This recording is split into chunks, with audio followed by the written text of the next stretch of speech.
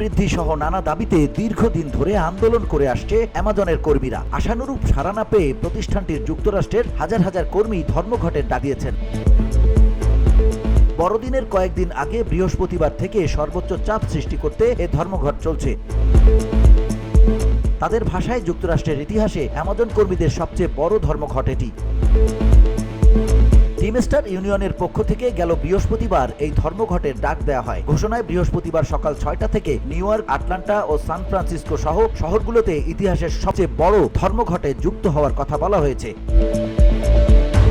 Union এক বিবৃতিতে বলেছে, নিউ ইয়র্কের পাশাপাশি শ্রমিকরা আটলান্টা, দক্ষিণ ক্যালিফোর্নিয়া, সান ফ্রান্সিসকো এবং ইলিনয়ে পিকেটিং করবে। টিমস্টার বস শন ও ব্রায়ান ফক্স নিউজকে বলেছেন, কর্মীদের জন্য মূল অগ্রাধিকারের মধ্যে রয়েছে বেতন বৃদ্ধি, উন্নত কর্মপরিবেশ এবং কাজের নিরাপত্তার মান বজায় রাখা।